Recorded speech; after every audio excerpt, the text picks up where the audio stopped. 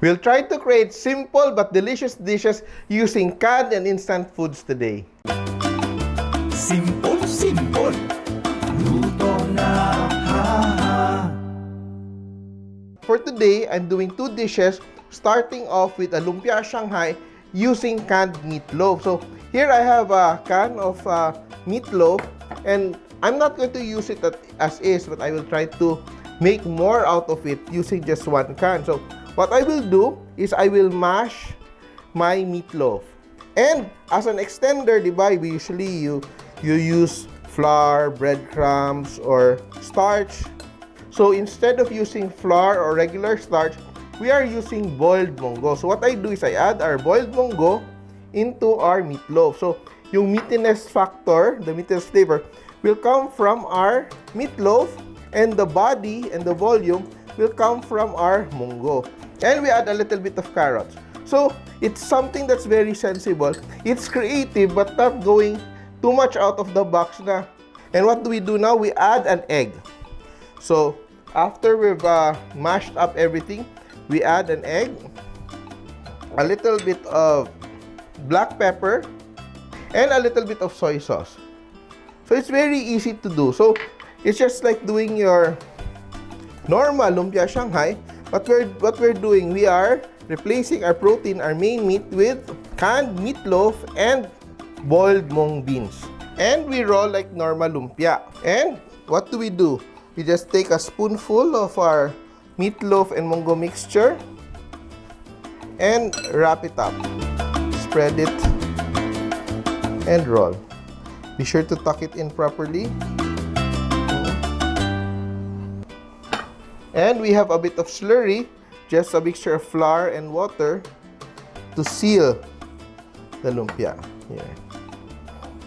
And the ends, we just tuck in the ends. Look at that.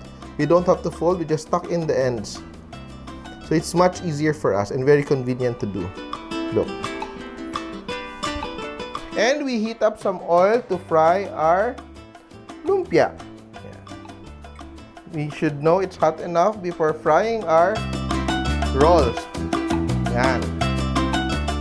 So, the oil is hot enough. When the oil is hot enough, we drop our rolls. And the key in dropping food into hot oil is to drop it outward. So you start close to you and you release the food outward so that the oil doesn't splash on you. Look at that. And we just turn our lumpia to the other side. Yan. Look at that. It's slightly brown but not yet fully cooked. So the key to having very evenly colored lumpia is to keep turning the lumpia every few minutes until you have an even golden brown color all over. So if you want your lumpia Shanghai to have a very crisp wrapper, you fry it at a medium temperature so that you fully toast or dehydrate and fry the skin or the wrapper.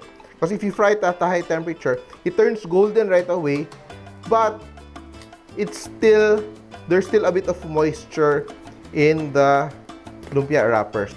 And you can smell the aroma. So even you have just a little bit of the meatloaf there with our mashed mung beans, sobrang mabango. So it's good. It's a decent lumpia. And we're done. Look at that. Beautifully golden spring rolls. Put it aside, let it drip on a paper towel. And to serve as a side, while we're using our canned and instant food today, we'll just make an instant yakisoba using instant noodles. So we just have some instant noodles here, which I already pre-cooked. So we have our oyster sauce and we add a little bit of soy sauce. Mix it together. And we put a little bit of ketchup. You can use banana ketchup or tomato ketchup, whichever you have. And a little bit of brown sugar. So it's sweet, salty, a little bit of tangy from the ketchup, and sesame oil. Just a tablespoon of sesame oil, not too much. And what do I do now? I just pour over the sauce. Just pour over the sauce. Yan. Mix. Hot pan. Mix. And we just add our vegetables. So we have just carrots, a little bit of cabbage, throw in a little bit of cabbage, mung bean sprouts, and we have some corn chicken. Just a little bit of corn chicken. And here, let's just toss our noodles together here by adding just a little bit of a twist to our dishes. Finish with a little black pepper. Very ordinary ingredients made special by our little dose of creativity. Doesn't look and taste like our ordinary instant noodles, instant pancit canton. And we just garnish with a little bit of our toge and our lumpia. We just cut it in half.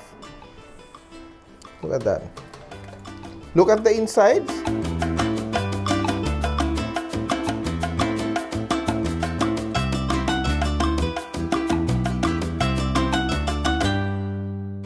Here it is. You can be creative without going overboard with our instant noodle yakisoba and our meatloaf lumpia Shanghai. Simpol!